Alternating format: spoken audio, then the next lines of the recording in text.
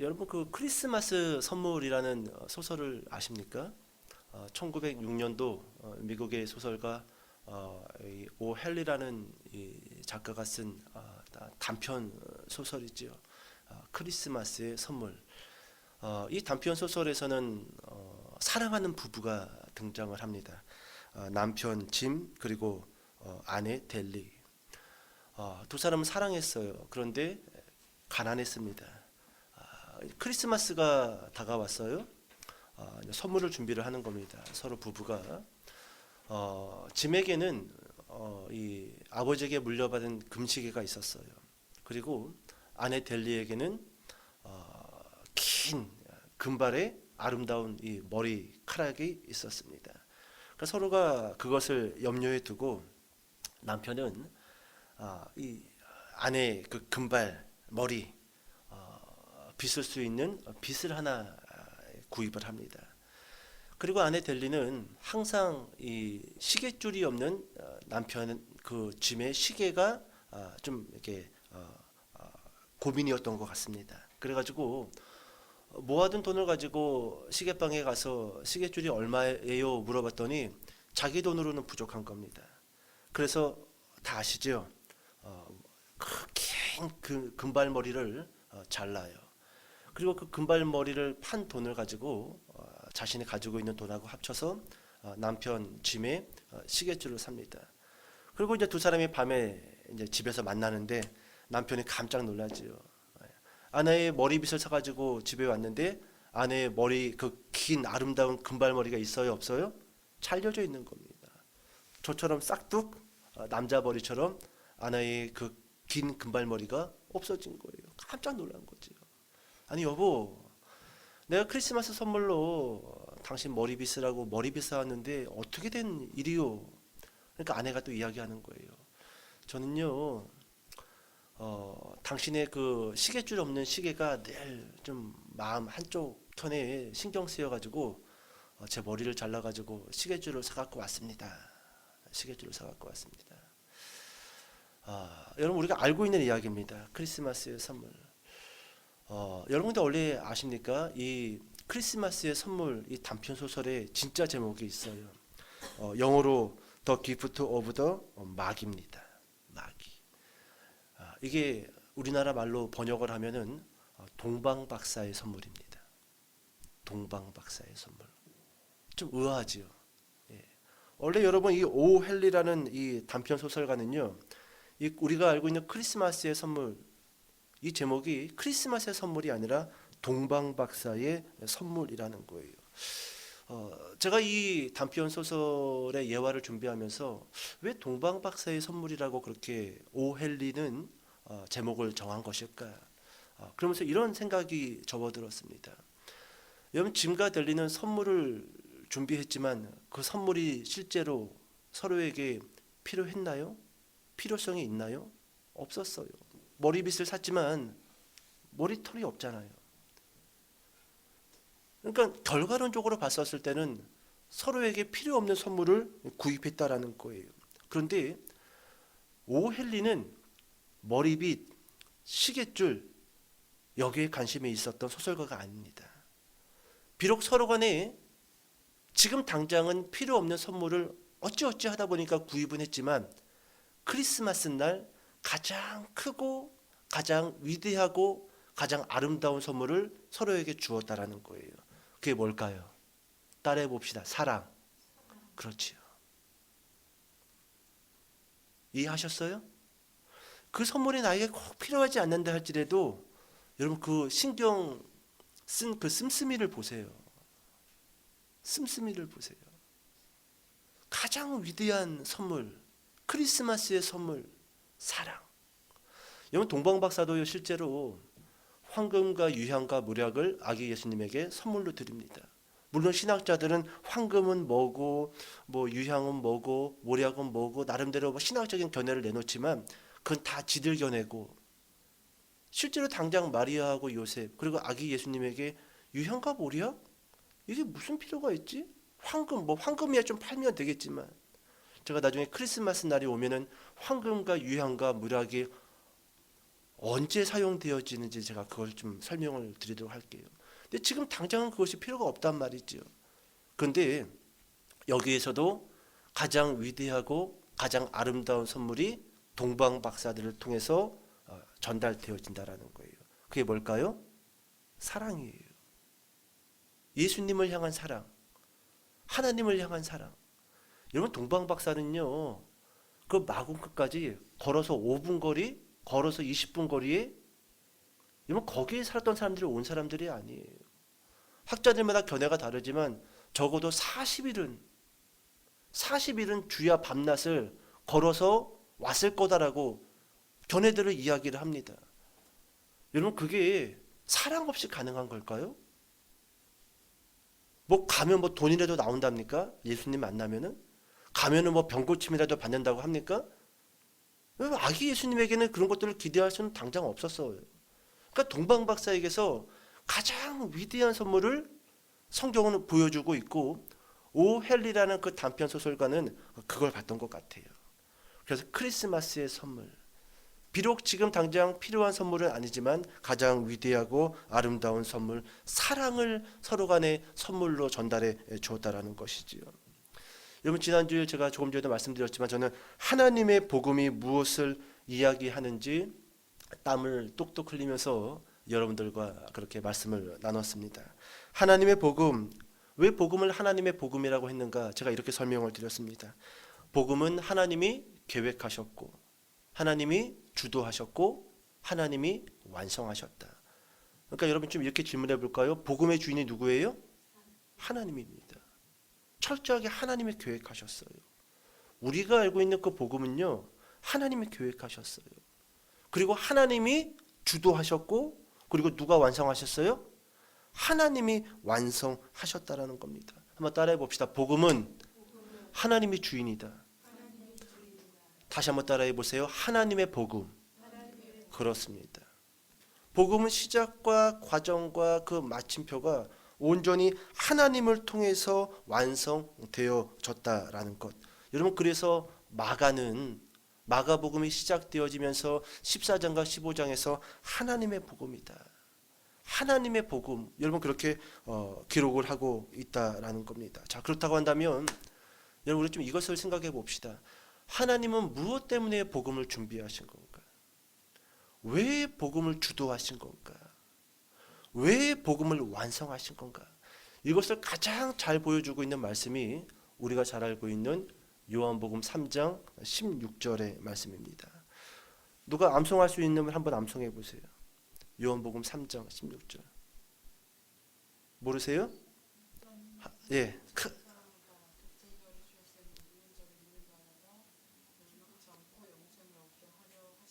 맞습니다. 시키면 어려워요. 그죠? 평소에 집에서는 흥얼흥얼 거리는데 막상 시키면 어렵습니다. 여러분 제가 주기도문과 사도신경을 보고합니다.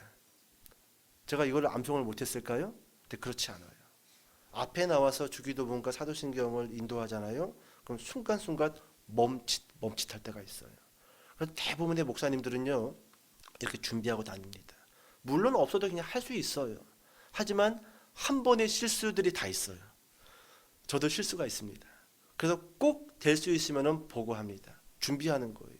준비하는 겁니다. 자, 여러분 요한복음 3장 16절 다 같이 한번 해볼게요. 다 같이 하면 조금 쉬울 겁니다. 자, 시작. 하나님이 세상을 이처럼 사랑하사 멸망치 않고 영생을 얻게 하려 하심이라. 그렇습니다. 여러분 하나님이 왜 복음을 우리에게 주신 건가? 여러분 요한복음 3장 16절이 가장 적당하고 합당한 설명을 주고 있다라는 거예요. 복음을 주신 이유, 왜 복음을 주셨나? 3장 16절 이렇게 시작하죠. 하나님이 세상을 이처럼 어떻게 하사? 사랑이라는 거예요. 사랑이라는 겁니다.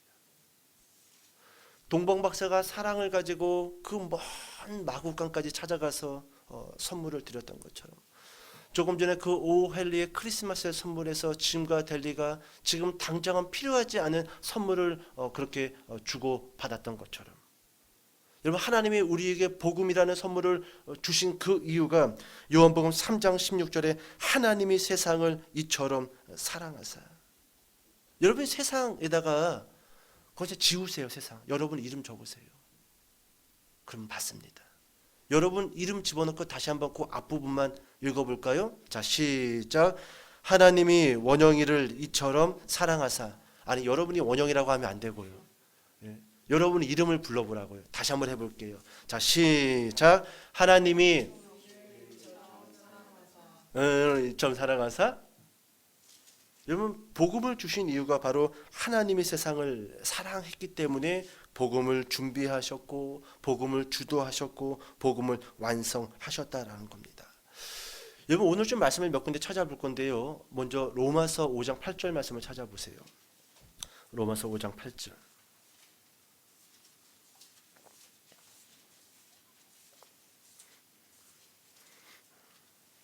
같이 한번 읽어볼까요? 5장 8절 로마서. 자, 시작. 우리가 아직 재현되었을 때에 그리스도께서 우리를 위하여 죽으심으로 하나님께서 자기의 사랑을 확증하셨느니라. 아멘. 여러분 잘 보세요. 요한복음 3장 16절에 세상을 이처럼 사랑하사라고 복음을 주신 이유에 대해서 설명을 드렸지요. 근데 로마서 5장 8절 다시 한번 눈으로 따라가 보세요. 우리가 아직 죄인 되었을 때에 그리스도께서 우리를 위하여 죽으심으로. 누가 우리를 위하여 죽었어요? 예수님께서 죽었다라고 말씀해 주고 있습니다. 근데 그 뒷부분을 보세요. 하나님께서 우리에게 대한 자기의 사랑을 확증하셨다. 여러분 예수님이 죽었으면 예수님께서 우리에 대한 사랑을 확증하셨다라고 사도 바울이 로마서 5장 8절에 기록을 해야 되는데 그렇지가 않아요. 예수님께서 죽으신 것도 하나님의 계획 가운데 있었던 거라는 거예요. 하나님이 주도하신 거라는 거예요. 하나님이. 그러니까 예수님께서 십자가에 못 박히시기 전에 기도하시잖아요. 아버지요, 이 잔을 제가 피할 수 있으면 피하게 해주십시오. 하지만 나의 원대로 마시고 누구 원대로? 아버지의 원대로. 그 복음이 누구를 통해서 지금 완성되어져 가고 있는 거예요? 하나님이에요. 그러니까 예수님조차도 복음의 주인이신 하나님에게 순종하고 기도하고 땀을 흘리시고 때로는 굶으시고 때로는 주무시지 못하시고 여러분 그렇게 하나님이 주도하시는 복음 앞에 순종하시면서 그분의 사역을 감당하셨다는 거예요. 그리스도께서 우리를 위하여 죽으심으로 하나님께서 예수님께서가 아니라 하나님께서 우리에게 대한 자기의 사랑을 어떻게 했다고요? 확증했다라는 거예요. 그러니까 요한복음 3장 16절에서는 복음을 주신 이유 세상을 사랑해서 근데 그 사랑이 변치 않았다라는 겁니다. 근데 얼마나 제가 이것을 로마서 5장 8절을 보면서 좀 이게 제가 요즘 우리 사모한테 자꾸 저를 화나게 하면 자꾸 눈에 불떼게 하지 말라고 자꾸 그렇게 자꾸 눈에 또 불떼게 하네 자꾸 그렇게 이야기를 하는데 로마서 5장 8절을 보면요 눈에 불떼게 하는 짓거리가 등장을 해요. 우리가 아직 어떻게 되었을 때에? 죄인 되었을 때에. 여러분 저 사람이 나를 막 욕을 하고 비난을 합니다. 그런데도 그 사람에 대한 나의 사랑을 확증 지을 수 있을까요? 그래도 사랑한다라고 말하고 그래도 그 사람을 위해서 그 사람 편 들어주고 그럴 수가 있을까요? 근데 로마서 5장 8절은 그렇게 말씀해주고 있어요. 우리가 아직 죄인 되었을 때 여전히 죄를 짓고 있는데도 묵묵하게 하나님은 예수님에게 말씀했다라는 거예요. 십자가로 걸어가라. 옆에서 막 죄 짓고 있어요. 그렇게 하지 말라고 했는데 여러분 우리가 죄 짓고 있는 그 현장 가운데 주님이 그 모습을 바라보면서 십자가 짓는 거예요. 내가 너를 위해서 죽어줄게. 이게 가능하냐라는 거예요. 눈에 불떼게 하는 짓거리 아니에요? 막 열불나게 하는 짓거리 아닙니까? 그러면서 하나님께서 우리에게 대한 자기의 사랑을 확증했다라고 말씀해주고 있다라는 겁니다. 복음을 주신 이유 하나님이 세상을 사랑하사. 그렇다라고 한다면 복음을 주신 목적은 뭘까요? 복음을 주신 목적. 이유는 사랑이에요. 그럼 목적이 뭐냐라는 거예요. 다시금 여러분 요한복음 3장 16절 말씀 제가 읽어드릴게요.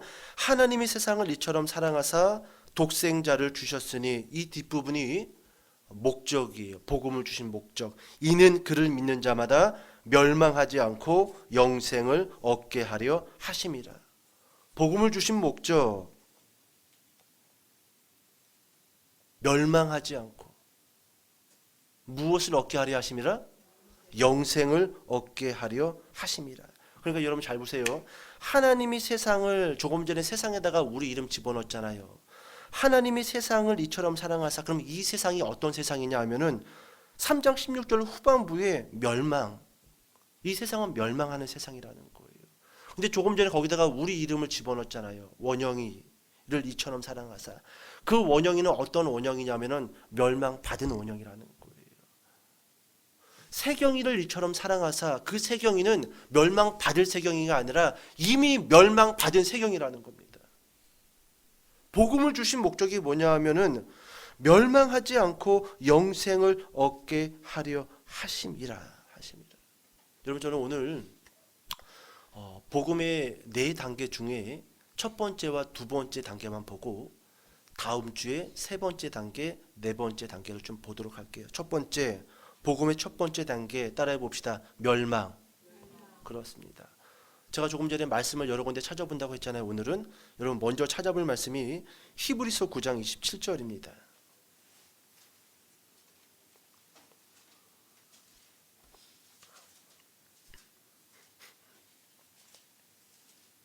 히브리서 9장 27절. 자, 읽어볼게요. 자, 시작. 한 번 죽는 것은 사람에게 정해진 것이요 그 후에는 심판이 있으리니. 아멘.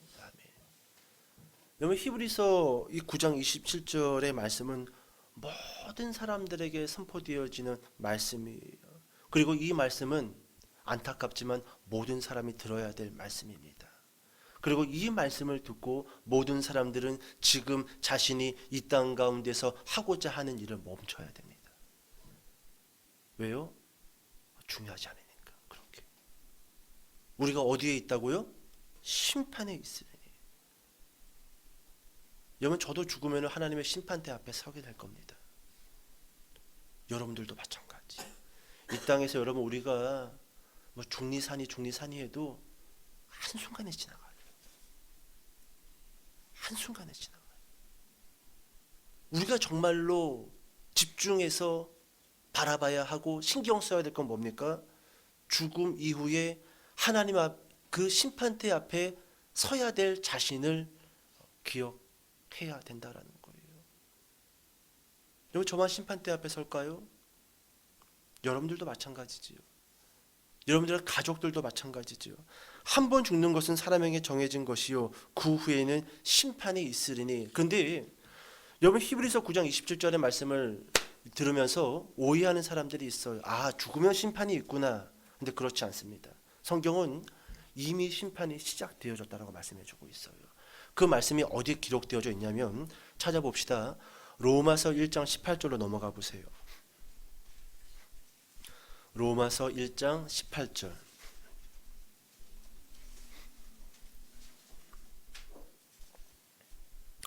1장 18절부터 조금 길게 읽을게요. 28절까지 저랑 같이 읽도록 하겠습니다. 자, 시작. 하나님의 진노가 불의로 진리를 막는 사람들의 모든 경건하지 않음과 불의에 대하여 하늘로부터 나타나나니 이는 하나님을 알만한 것이 그들 속에 보임이라. 하나님께서 이를 그들에게 보이셨느니라. 창세로부터 그의 보이지 아니하는 것들 곧 그의 영원하신 능력과 신성이 그가 만드신 만물에 분명히 보여 알려졌나니 그러므로 그들이 핑계하지 못할지니라.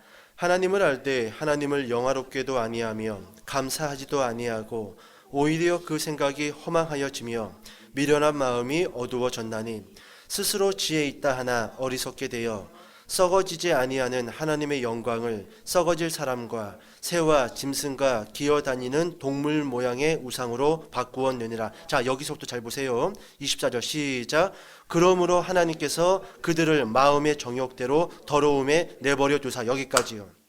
여러분, 하나님의 심판이 죽음 다음에 있어질 거라고 우리가 생각하지 말아야 될 게 24절을 보니까 하나님께서 그들을 마음의 정욕대로 더러움에 어떻게 두사? 내버려 두사. 여러분, 내버려 두는 것이 하나님의 심판입니다. 내버려 두는 것이. 또 계속 봐볼까요? 내버려 두사 그 다음에 시작. 그들의 몸을 서로 욕되게 하게 하셨으니 이는 그들이 하나님의 진리를 거짓 것으로 바꾸어 피조물을 조물주보다 더 경배하고 섬김이라. 주는 곧 영원히 찬송할 이시로다. 아멘. 이 때문에 하나님께서 그들을 부끄러운 욕심에 내버려 두셨으니. 자, 여기도 뭐라고 기록되어져 있어요? 내버려 두셨으니. 내버려 두셨으니. 이거 여러분 우리가 잘 기억할 필요가 있어요. 내버려 뒀다라는 겁니다. 하나님, 저 사람도 좀 믿었으면 좋겠습니다.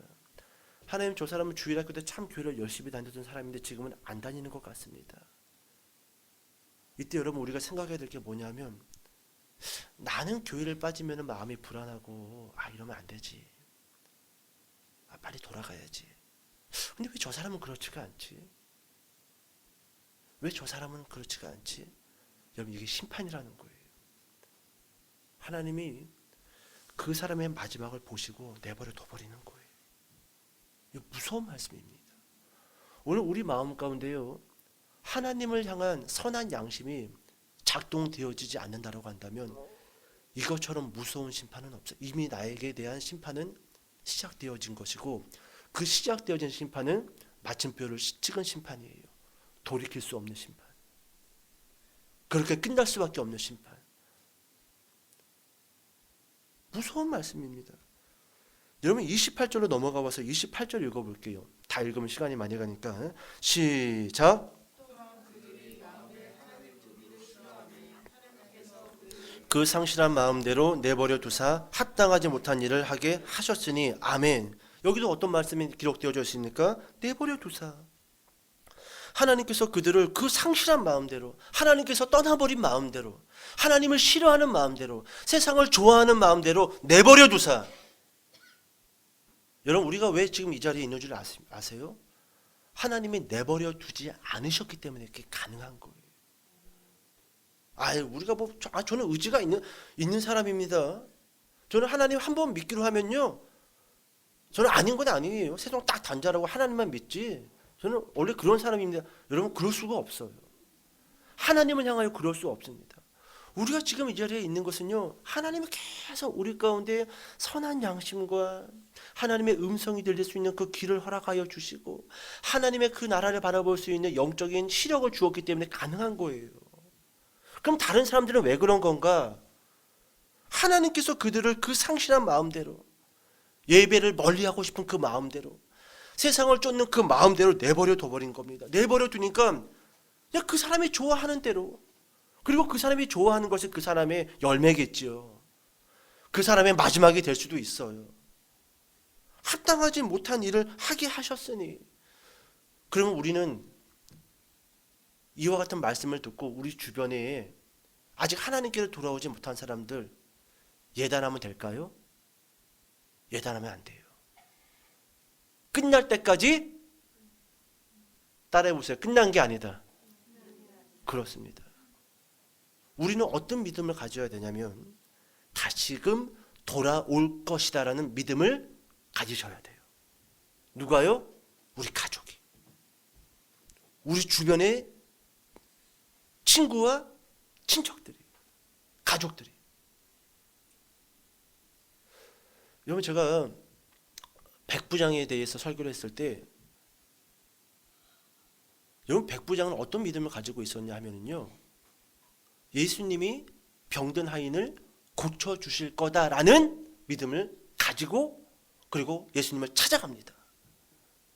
그러면 병든 그 하인은, 그 하인이 예수님께 기도한 기록이 있어요, 없어요? 없어요. 누구의 믿음 보고 병든 하인 고쳐줬어요? 백부장의 믿음이죠. 우리가 이 믿음 가져야 돼요. 우리가 정신을 바짝 차리고 하나님 옆에 나와서 기도해야 되는 이유가 뭐냐면, 내 믿음과 내 기도를 통해서 우리 자녀를 살릴 수 있다는 거예요. 성경은 그것을 말씀해 주고 있어요. 그런데 뒤집어 놓고 내 주변에, 우리 주변에 하나님을 떠난 사람이 많은데 그들을 위해서 내가 기도하는 입술을 다물고 있다는 것은요, 이렇게도 볼 수 있어요. 진짜 아닌가 보다.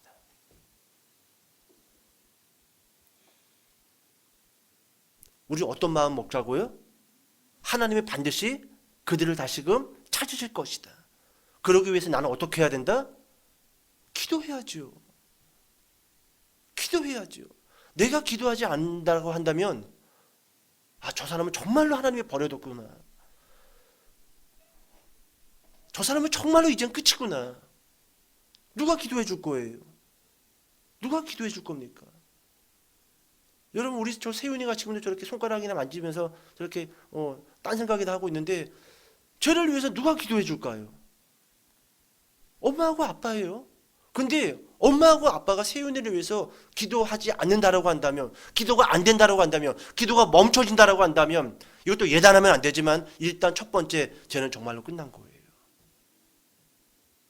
그런데 어찌저찌 하다가 믿는 자매를 만나가지고 장가를 갔는데 그 자매가 불철주야 기도를 해.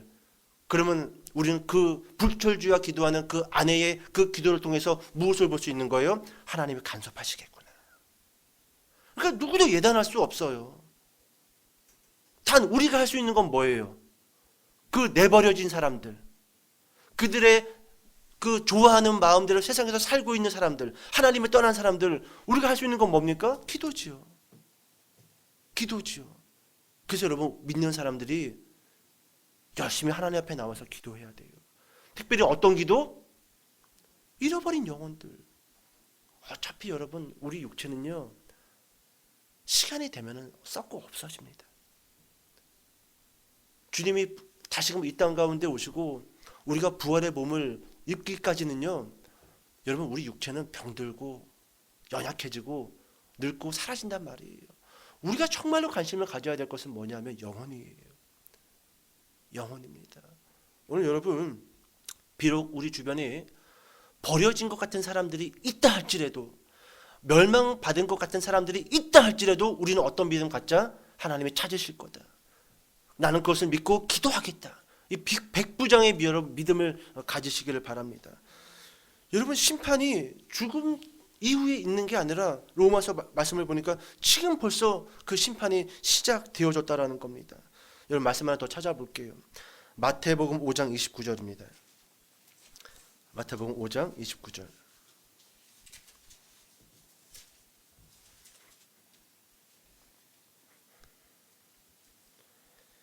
자, 같이 한번 읽어볼게요. 시작. 만일 내 오른 눈이 너로 실족하게 하거든 빼어 내버리라.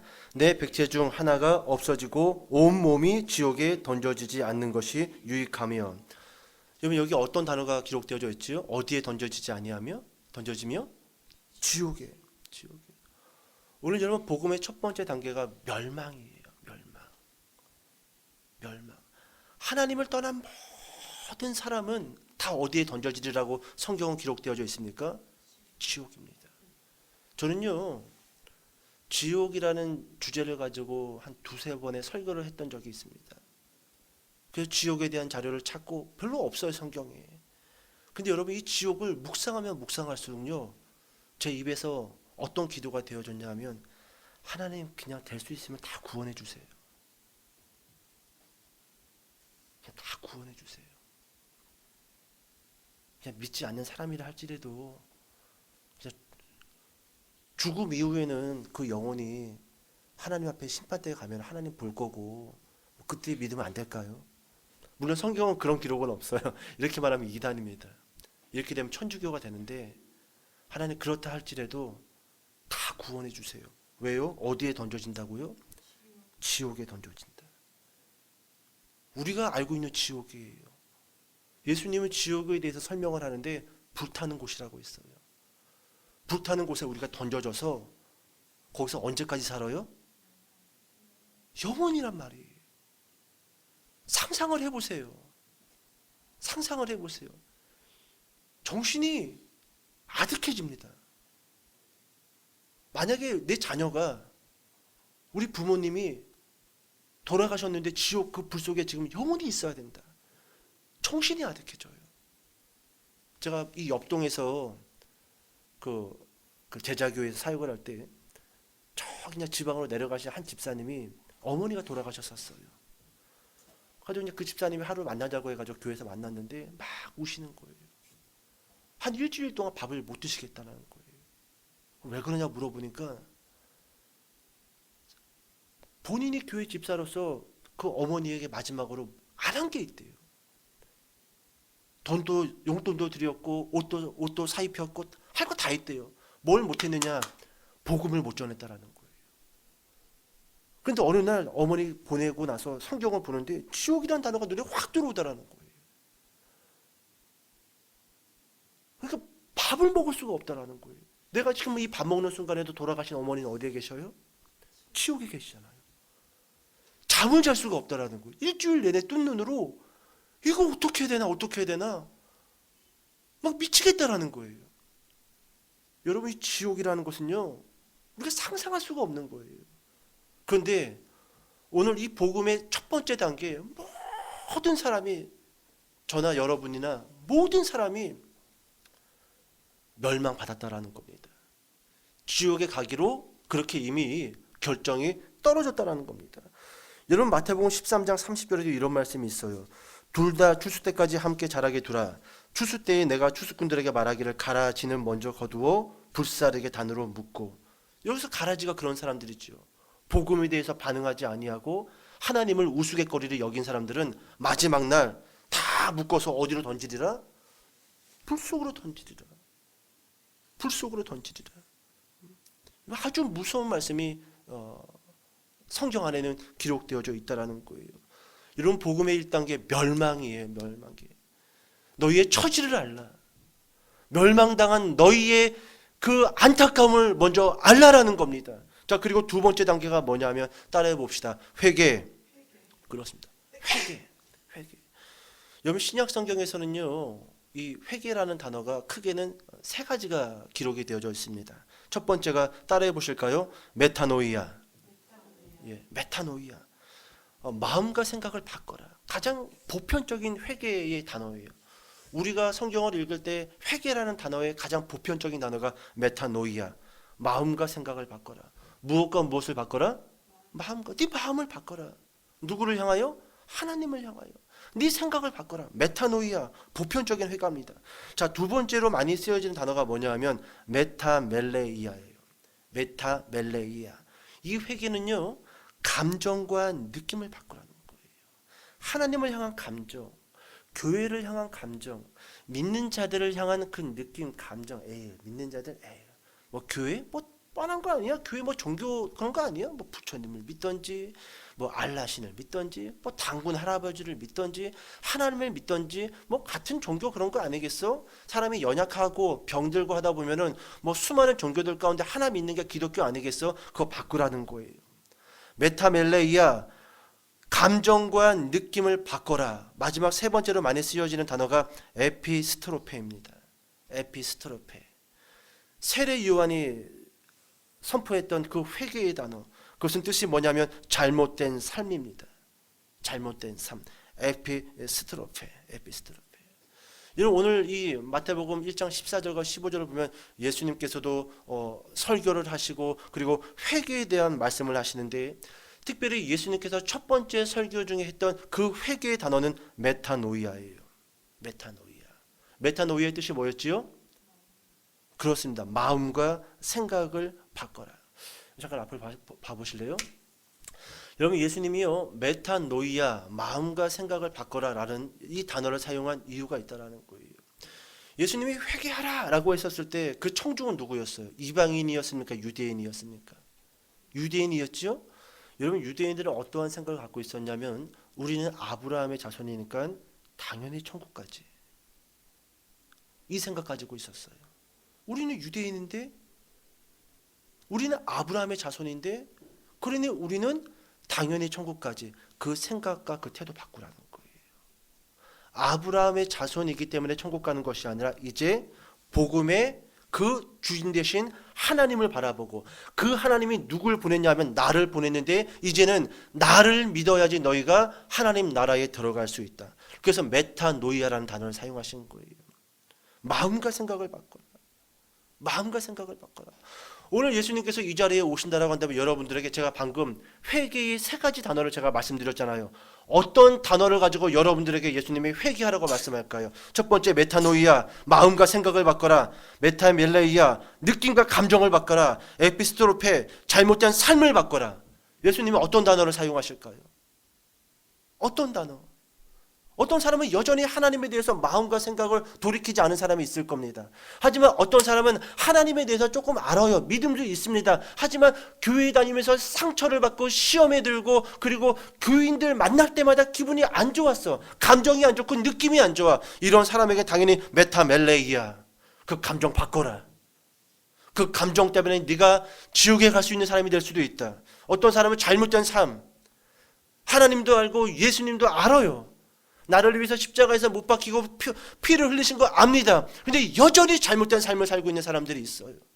여전히 죄악된 삶 속에서 떠나지 못하고 있는 사람들이 있죠. 이런 사람들을 향해서는 에피스트로페, 네 잘못된 삶에서 돌이켜라, 회개하라, 그렇게 말씀하신다라는 거죠. 복음의 두 번째 단계, 회개라는 거예요. 회개. 근데 여러분 그거 아십니까? 회개는요, 따라해 보실까요? 하나님의 선물이다. 그렇습니다. 제가 말씀 읽어드릴게요. 사도행전 11장 18절에 이런 말씀이 기록되어져 있어요. 그들이 이 말을 듣고 잠잠하여 하나님께 영광을 돌려 이르되 그러면 하나님께서 이방인에게도 생명 얻는 회개를 주셨도다 하니라. 누가 회개를 주셨다고요? 하나님께서 이방인에게도 생명 얻는 회개를 주셨도다 하니라. 여러분, 우리가 이렇게 생각할 수 있습니다. 그러면 안 믿는 사람들에게는 회개할 마음을 안 주신 걸까요? 저는 그렇게 생각하지 않습니다.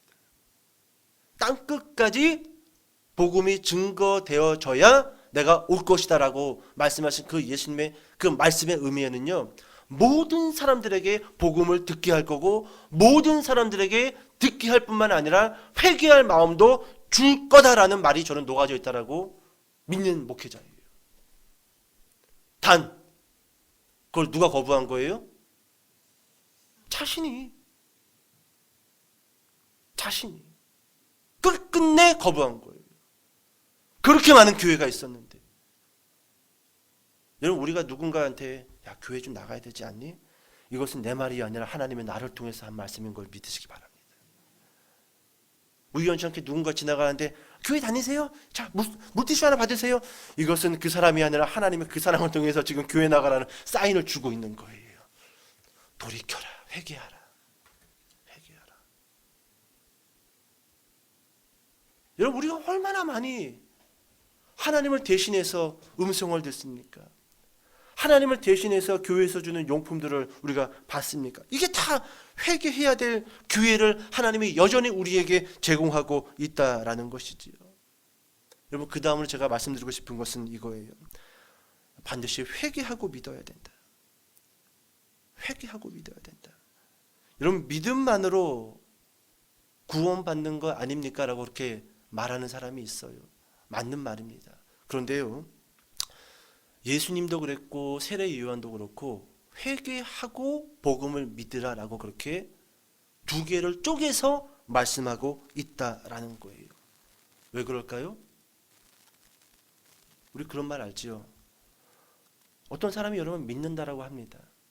그런데요, 예수님도 믿지만 다른 것을 믿는 사람도 있지요? 있어요.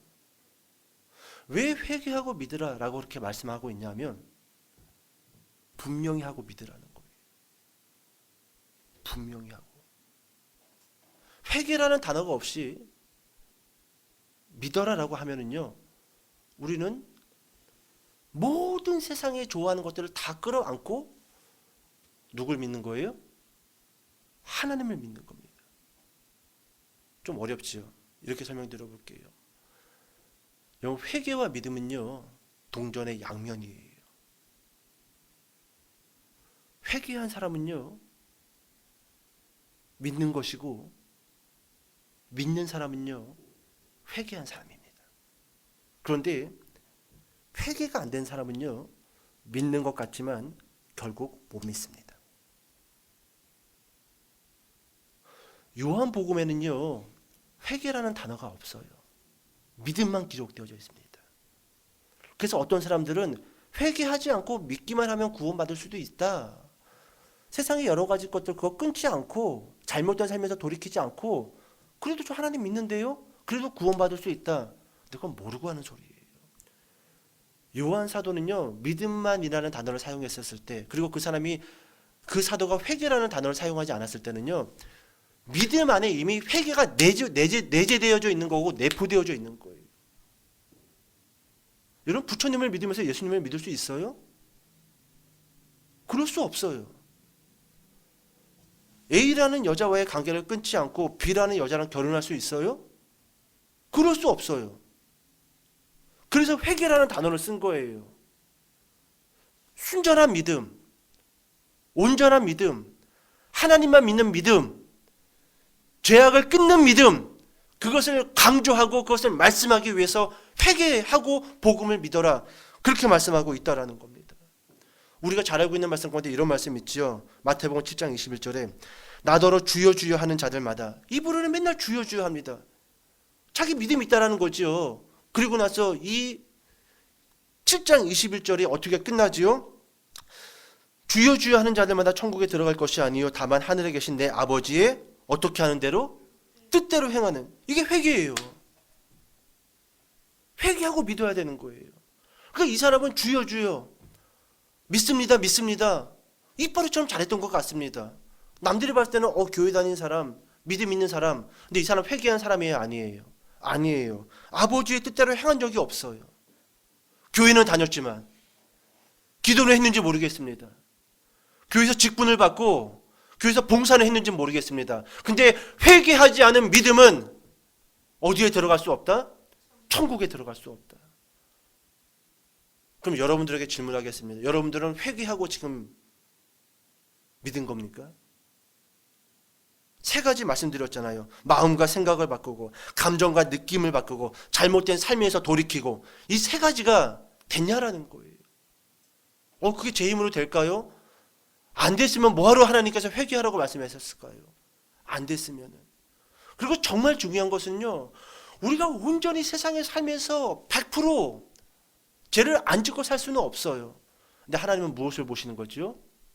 따라해 봅시다. 중심을 보신다. 그렇습니다. 우리는요, 육신을 가지고 있기 때문에요, 욕심이 많은 사람들이에요. 그리고 항상 타인을 먼저 생각을 해요? 나를 먼저 생각을 해요? 나를 먼저 이건 어쩔 수 없는 거예요. 하나님도 그거 다 이해하십니다. 근데 그 중심을 보시는 거예요. 그 중심을 보시는 거예요. 여러분, 가룟 유다와 베드로 왜 이렇게 달라졌을까요? 베드로는 예수님 3번 부인했잖아요. 뭐 가룟 유다가 은 30 받은 게 그렇게 큰 잘못일까요? 내가 봤을 때는 베드로나 가룟 유다나 별 차이 없습니다. 근데 극명하게 갈라진 그 차이가 뭘까요? 마음이에요. 나중에 베드로가 고백하잖아요. 요한복음 21장에 가서 네가 나를 사랑하느냐. 주둥이로는 더 이상 말 못해. 주둥이로는. 주님 마음 아시죠? 주님이 아시잖아요. 주둥이를 말 못해. 왜요? 육신을 갖고 있기 때문에 또 누군가가 칼로 목 딱 대면은 저 예수님 모릅니다. 또 이럴 거란 말이에요. 본인은 겁이 많어. 그러니까 베드로는 나중에 막 이 사도행전이나 이런 데 가면은 막 그 이방인들하고 식사하다가 유대인들 막 올라오니까 막 도망가고 그러잖아요. 막 창피하고 부끄럽고 막 욕먹을까봐. 베드로가 그런 성품의 사람이었단 말이에요. 육신이 연약한 사람이에요. 베드로가 와일드하지만 그걸 모르는 게 아니에요. 하지만 그 중심을, 하지만 가룟 유다는 그런 거에 아니에요. 아니었던 거예요. 가룟 유다의 중심은 하나님에게서 돌이키지 않았던 마음을 가지고 있었던 사람이었단 말이죠. 얼마나 극명하게 갈라집니까? 똑같은 사도였는데 한 명은 교회의 기둥같이 쓰임받고 한 명은 목을 매 자살해버리잖아요. 목을 매 자살해버리잖아요. 그 출발점이 어디였다고 따라해 봅시다. 회개. 그렇습니다. 회개. 주여 주여 하는 자마다 천국에 들어갈 것이 아니요 다만 하늘에 계신 내 아버지의 뜻대로 행하는 자라야 들어가리라. 자, 그러면 이제 시간이 많이 갔는데 좀 설교를 정리할게요. 그럼 이렇게 질문할 수 있어. 그럼 목사님, 얼마큼 제가 회개를 해야 될까요? 혹시 제가 기억하지 못해서 회개하지 못한 것이 있으면 그것이 천국 들어가는데 방해가 될까요? 제가 조금 전에 그런 말씀 드렸지요. 여러분, 우리가 회개의 기준을 정할 수는 없습니다. 그리고 우리가 스스로 잘못한 것들에 대해서 다 기억할 수 없어요. 얼마큼 회개해야 됩니까? 어느 정도 회개해야 됩니까? 여러분, 회개의 기준은 없습니다. 성경에서 회개하라는 말은요, 예수님에 대한, 그리고 하나님에 대한 생각과 태도와 감정을 바꾸라는 겁니다. 궁극적으로요, 다시 돌아가는 사람들은요, 세상으로 처음부터 예수님과 하나님에 대한 생각과 태도와 감정을 안 바꿔서 그런 거예요. 그래서 돌아가는 거예요. 뭐 얼마 전에 엄마 지갑에서 1,000원 빼가지고 뭐 사 먹은 거 회개합니다. 물론 여러분, 그런 것들도 우리가 회개해야 되겠지만, 성경에서 정말로 강조하는 회개는요, 예수님에 대한 생각과 태도와 감정을 바꿔라. 다시 한번 말씀드릴게요. 회개했다라는 것은 예수님을 믿는다는 것이고, 예수님을 믿는다라는 것은 회개했다는 것입니다. 이 둘 중에 하나만 없어도 결국 어떻게 돼요? 그 믿음의 배는 파손되어집니다. 시간 문제예요. 시간 문제입니다. 따라해 볼까요? 회개했다는 것은 믿는다는 것이고, 믿는다는 것은 회개했다는 것이다. 그렇습니다.